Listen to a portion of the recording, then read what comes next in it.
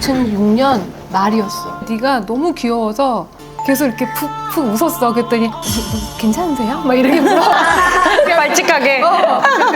결혼을 하면서 안 맞는다라는 게 느껴질 수가 있잖아요. 어떻게 그러지 마요. 빨리 헤어지라.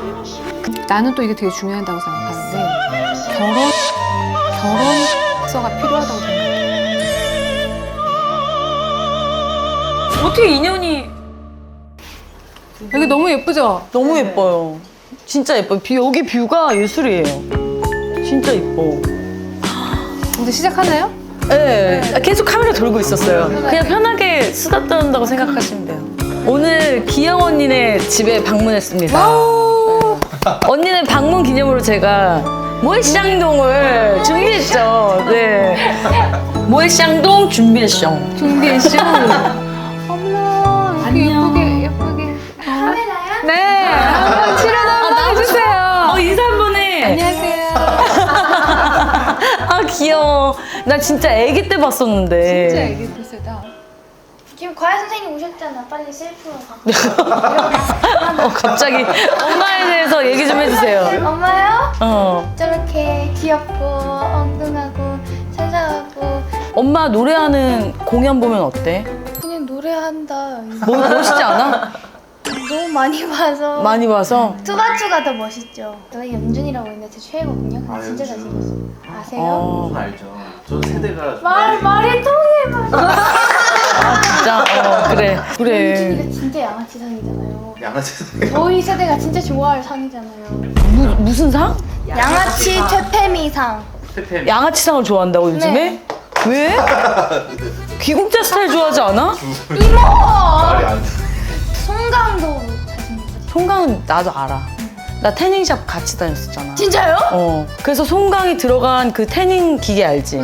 송강이 들어갔다 나왔는데 내가 들어갔어. 부럽다! 낮술. 아니 뭐 이 정도면 그렇게 낯설은 아니야. 근데 이모 근데 진짜 응. 치아가 하얗시네요? 라미네이트 했죠? 미니 씨라고. 뭐? 이모 몇 키를 쪘어? 이모 몇 키를 쪘어요? 그 너는 뭐가 되고 싶어? 가연이. 아이돌. 아이돌 되고 싶어? 이모가 2006년도에 데뷔했거든. 너 몇 년도생이야? 2012. 그러니까 모르지. 누가 이모예요? 그래. 왜? 나도 슬프다. 나도 슬퍼. 이거 어쩌다가 같은 사람 맞아요?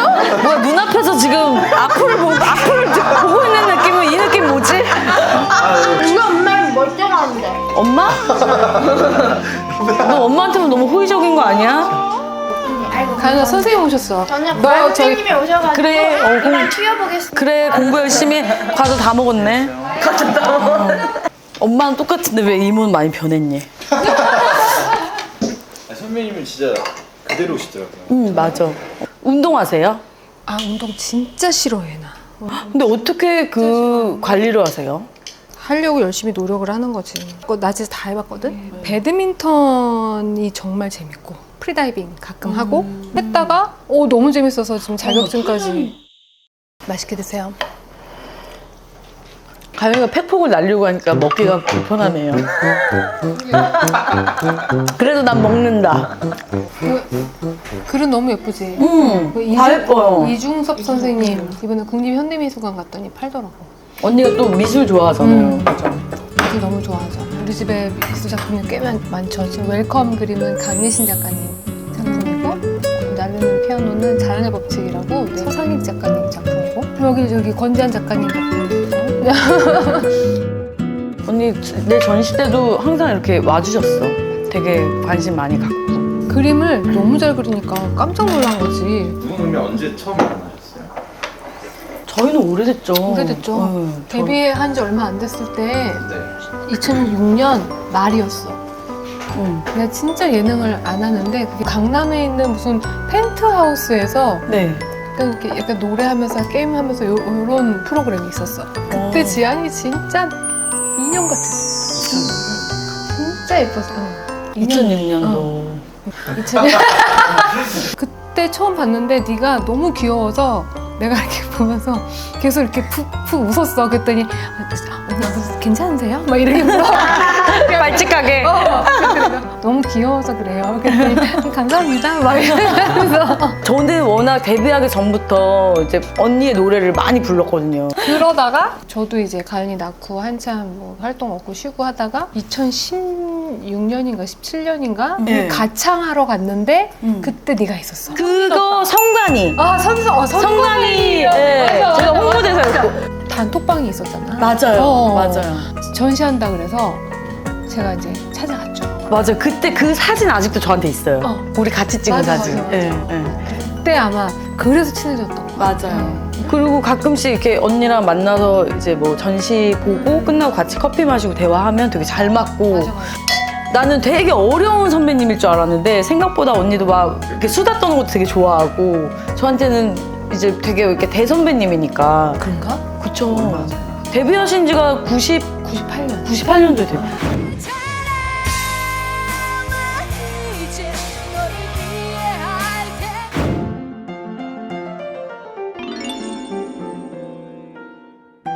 기영 언니가 만들어준 파스타입니다. 맛있다. 이거 넣으면 더 맛있겠다. 나 이거 진짜 좋아하는데.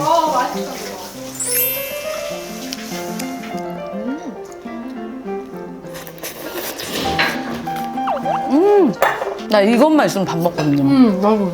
노래방 가면 맨날 기현이 노래 계속 꼭 부르잖아. 기억하고 있니, 그 맞지? 1집이야. 와, 저- 너 진짜 너무 사랑해. 그 노래를 모르는 사람들이 대부분이거든. 아, 진짜요? 왜냐면은 IMF 이후로 데뷔해서 그 앨범은 망했거든. 그 노래 진짜 명곡인데. 시작이 이제 잘 되고서는 오히려 1집도 좀 더 사실 이렇게 보컬리스트로서 롱런 한다는 게 그게 사실 진짜 쉬운 일이 아니거든요. 열심히 하는 거지. 가연이 키워야 되고 워킹맘이자 싱글맘이잖아. 언니 그러면 말 나온 김에 언니가 결혼을 몇 살 때 하셨었죠? 32살. 32살에 있다. 그리고 아이를 몇 년에? 아이를 가연이 낳았을 때가 내가 만 35, 7개월 됐거든. 우리 아이는 모르겠어. 우리 가연이가 아니었으면, 가연이가 없었으면 과연 내가 이 삶을 지속하는 게 의미가 있었을까? 그러니까 내가 힘들고 좀 무너지려고 할 때 아이가 있기 때문에 계속 나를 잡아줄 수 있었던. 힘들고 무너진 줄을 몰라. 그러니까 얘한테는, 이 아이한테는 내가 전부이고 그냥 세상이야. 내가 얘를 지켜야 되잖아. 그러니까 엄마가 된다는 건 정말 천국을 등에 업고 불길을 건너는 것과 같다라고 누가 그렇게 이야기를 하던데, 아이를 낳고 키우다 보면 그 나를 앞서는 존재에 대한 생각이 생겨. 아직 저는 아이가 없어서 뭐 공감을 할 수 있는 게 그렇게 깊지는 않는데 한번 해봐. 그래도 냉동했다며. 난자 냉동도 하고 저는 아이에 대해서 워낙 갖고 싶은 마음이 크니까 어떤 사람들은 아이 낳으면 이제 너의 인생은 없다 막 이러잖아요. 그건 사실이야. 그런데도 언니는 사실 아이를 낳고 아이를 키우면서도 언니는 되게 멋있게 또 언니의 인생을 살고 있잖아요. 일단은 가연이를 낳고 나서 다시 뭔가 무대를 하기까지도 한 2, 3년 걸렸고, 너무너무 음악이 하고 싶고 너무너무 그립고 너무 원래 내 모습으로는 너무너무 가고 싶고, 실제로 그 욕구 때문에 직접 모유수를 했거든. 38개월을 했어요. 아니 그 모유수를 거의 3년을 가까이 한 3년 거예요? 2개월 한 거죠. 가연이 같은 경우는 요구가 많고 까다로운 아이였어. 그래서 이 아이를 컨트롤할 수 있는, 내가 내 능력에서 컨트롤할 수 있는 거는 수유였어. 그러니까 아이를 키우면서도 음악을 너무 하고 싶어서 심지어 수유하면서 아기띠로 안고 수유하면서 그렇게 연습하고 콘서트 그랬어. 연습하고. 우리 딸이 뭐라고 했냐면, 올해 딱 됐을 때 엄마 그동안 자기 키우느라 고생 많았다고, 하고 싶은 거 마음껏 하라, 일 열심히 하라고. 이제 그렇게 나한테 팩폭 날리고 갔는데 이 따뜻한 말을 했다고요? 일을 열심히 해야지 엄마가 돈을 벌어온다는 걸 아는 거지. 근데 나는 언니 궁금한 게 이게 자기 아이한테 좀 애착을 많이 갖는 사람들이 내가 경험했던 거를 똑같이 겪고 하지 않게 해주고 싶다. 뭐 이런 게 있을 수 있잖아요. 그거 있지. 그게 나는 세 자매 중에 장녀였고, 그리고 우리 부모님 세대는 사실 뭐 이렇게 옛날 사람이잖아, 다. 내가 원하는 엄마상이 있었어. 그거를 내가 다 적어놓은 게 있거든. 그래서 내가 그런 엄마가 되고 싶었구나. 어. 이게 결국에는 다 너무 거울 같은 게 우리 엄마는 어렸을 때 제가 되게 기억에 남는 게 안경을 쓰고 책을 보는 모습이 너무 예뻐 보인 거예요. 나도 안경 쓰고 책을 볼 때 이게 엄마의 모습처럼 내가 너무 예뻐 보인다라는 생각을 하고, 근데 엄마가 막 아빠한테 막 너무 소리 지르면서 막 싸우는 모습에 어렸을 때 그게 너무 싫은 거예요. 근데 어느 날 내가 내 남자친구한테 엄마의 모습으로 똑같이 소리를 지르면서 싸우고 있는 거예요. 근데 그게 너무 싫어서 차라리 이럴 바에 혼자 사는 게 낫지. 어쨌든 내가 그랬다고 해서 내가 어른이 됐는데 그런 비슷한 행동을 하는 게 타당한 이유가 되진 않잖아. 맞아요. 그러니까 어떻게 하면 내가 잘 극복하고 내 안에 작은 아이를 잘 보다듬어서 이거를 내가 좀 잘 할 수 있을까? 이거에 대해서 정말 고민을 많이 해야 돼. 저는 요즘에 이혼 숙녀 캠프를 원래 안 봤었는데 나이를 먹으니까 이혼 숙녀 캠프를 보게 되는 거예요. 나도 이제 이혼 경험이 있고 그렇지만 어느 한쪽의 잘못이라고는 생각하지는 않아. 시절 인연이라고 보면 딱 정확한. 시절 인연? 그럼 어떤 표현이지? 그 사람과의 나하고의 인연의 시간이 딱 요만큼이었다는 거지. 근데 나 이거 궁금해요. 결혼을 준비하다가 싸우는 커플들이 많고 언니가 말했던 것처럼 결혼을 하면서 안 맞는다라는 게 느껴질 수가 있잖아요. 그럼에도 끌고 가는 사람들 있잖아. 나도 그랬지. 그 언니가 만약에 그거에 대해서 조언해 준다면 어떻게 하고 싶어요? 절대 그러지 말라. 빨리 헤어지라. 이혼이 너무 어렵고 힘들거든. 서로에게 너무너무 큰 상처야. 결혼을 한다고 해서 이 사람이랑 나랑 좀 더 나아질 거야. 이런 기대하면 안 된다는 거죠. 나도 그 사람을 못 바꾸고 그 사람도 나를 못 바꿔. 방어 기제가 비슷한 사람을 만나야 돼. 아니면 방어 기제를 서로 이해할 수 있는 사람. 근데 결혼 전에는 그 방어 기제를 이해했는데 결혼하고 나서 갑자기 야, 너 왜 이렇게 예민해? 나 너랑 진짜 안 맞아. 바뀌면 어떡해요? 그래서 나는 정말 중요한 게 이혼 숙려 기간보다 더 많이 필요한 게 결혼 숙려 기간이라고 생각해. 그럼 결혼 숙려 기간은 주로 어떤 것들을 해야 돼요? 같이 살아봐야지 일단. 첫 번째 동거. 같이 살아봐야지. 생활 패턴이나 이런 것들을 같이 살아보면 살아봐야지. 완전 또 다를 수 있으니까 같이 살아봐라. 그리고 양가 집안에 대한 이야기를 많이 하는 사람들이 있잖아. 그러면 나는 그것도 완전히 다 터놓고 다 봐야 된다고 생각해. 가족들하고의 자주 만남을 가져봐라. 불편함이나 애써 참음이 없어야 된다고 생각해. 어느 정도 뭐 어려울 수는 있죠. 근데 너무 불편함을 애써 참으려고 하지 않고. 세 번째는 이제 금융적인 이야기, 재산에 관한 경제적인 이야기. 그것도 솔직하게 오픈해야 된다. 그렇지. 나는 또 이게 되게 중요하다고 생각하는데 결혼 계약서가 필요하다고 생각해. 언니 만약에 계약서를 쓴다면 뭘 넣고 싶어요? 만약에 상대방이 나를 사랑하지 않아서 뭘 할 경우 이 계약을 파기한다. 혹시 바람을 폈을 때 그럴 때 계약을 파기한다. 이제 파기를 하는데 어떻게 할 것이냐. 재산이지 결론은. 나의 재산 얼마, 상대방의 재산 얼마 정확하게 쓰는 거야. 만약에 이혼 시 뭐 그런 거에 대해서 손대지 않는다. 그런 걸 너무 따지면 그게 무슨 사랑으로 결혼하는 거야 이렇게 얘기하잖아요. 제가 봤을 때는 선택인 것 같아. 사실 이혼할 때 가장 많이 이제 이야기가 나오는 게 양육. 누가 아이를 양육할 것이냐. 그리고 재산을 어떻게 할 것이냐. 이게 가장 큰 그게 이슈기 핵심이지 때문에 뭐. 그렇지. 진짜 진정한 커플이 되기 위한 가장 좋은 자세는 좋을 땐 누구나 다 잘하거든. 불행을 함께 견디는 힘이 있느냐 없느냐 거기서 나오는 거야. 그 사람의 불행 혹은 슬픔 이런 것들을 나의 것으로 생각해서 함께 할 수 있느냐. 진짜 그런 사람만 있다면 사실 세상 무서울 게 뭐가 있어요. 그렇지. 부부는 그 정도 그렇게 돼야 되는 것 같아.